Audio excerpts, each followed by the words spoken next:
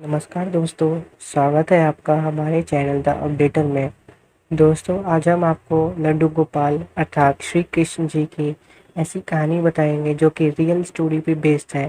दोस्तों, इससे पहले कि आप हमारी कोई भी स्टोरी मिस करें, उससे पहले आप हमारे चैनल को सब्सक्राइब करें, लाइक करें और शेयर करें और दूसरों के साथ ज़्यादा से ज़्यादा शेयर करें। दोस्तों, ये बात है रशिया की, आज से लगभग 5 साल पहले की, जब 2016 में रात को एक रशियन लड़की, जिसका नाम ग्रिगोरिया था, तो ग्रिगोरिया जब जब फ्री होती थी तब तब वह श्री कृष्ण जी का नाम लेती थी, उनसे प्रार्थना करती थी कि उसकी लाइफ सेफ रहे, अच्छी रहे। यह उसके माता पिता ने उसे सिखाया था और उसको श्री कृष्ण जी में भी बहुत इंटरेस्ट था। उसे उनकी लीलाओं में, उनकी सब चीज़ों में बहुत इंटरेस्ट था। दोस्तों, उसकी हर वक्त शिफ्टिंग नाइट में ही होती थी, या तो नाइट में या तो लेट नाइट पे। पर एक बार उसकी शिफ्टिंग कुछ ज़्यादा ही लेट नाइट में हो गई। हाँ, तो दोस्तों वो रात को लेट नाइट में अपना शिफ्ट पूरा करके रात को काम से वापस आ रही थी। दोस्तों, तभी उसे लगता है कि उसे पीछे कोई फॉलो कर रहा है। पर दोस्तों, शायद उसका ये वहम हो, उसे ऐसा लगा। तो दोस्तों, जब मेट्रो से निकल के जब वो स्टेशन से बाहर निकल रही थी, तभी उसको ऐसा लगा कि उसे कोई फॉलो कर रहा है।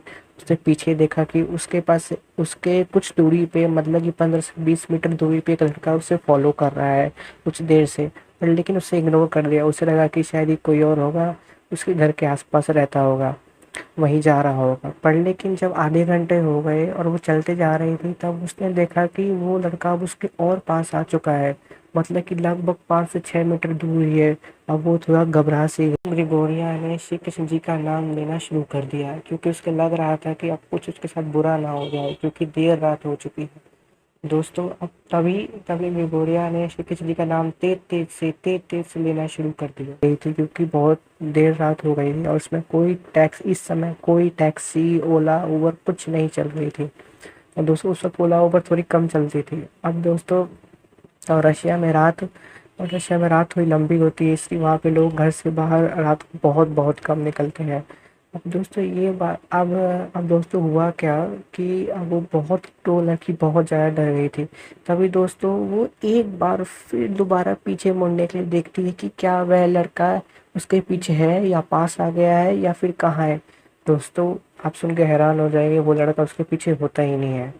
अब दोस्तों, हाँ, तो फिर वो सुबह, हाँ, फिर वह अपने घर जाती है। फिर सुबह को उठ के देखती है कि पेपर में, जब वो नाश्ता कर रही होती है ऑफिस जाने के लिए सुबह सुबह, तो पेपर में देखती है कि जिस अगले दिन वो पेपर में देखती है कि जिस रात वो मेट्रो से निकली थी, उसी रोड पे, उस टाइम जो लड़का उसको फॉलो कर रहा था, डिट्टो उसी सेम टाइम पे किसी एक लड़की का रेप हो गया दोस्तों, किसी लड़की का दुष्कर्म किया गया दोस्तों, और वही लड़का था। अब पुलिस ने इसको 2 दिन बाद सस्पेक्ट के जांच के लिए, या सस्पेक्ट के आइडेंटिफिकेशन के लिए बुलाया कि आपको हमने कैमरा में देखा था, आपको फॉलो कर रहा था, तो क्या आप इसको आइडेंटिफाई कर सकती हैं। हाँ, तो फिर जब वो उससे पूछती है, हाँ, तो उसने बता दिया कि उस लड़की ने बता दिया, हाँ, यही फॉलो कर रहा था। पर जब उस लड़की ने उस क्रिमिनल से पूछा, उस लड़के से पूछा कि आखिर तुमने मुझे फॉलो करना क्यों बंद कर दिया, तुम तो ये समय साथ भी कर सकते थे दुष्कर्म।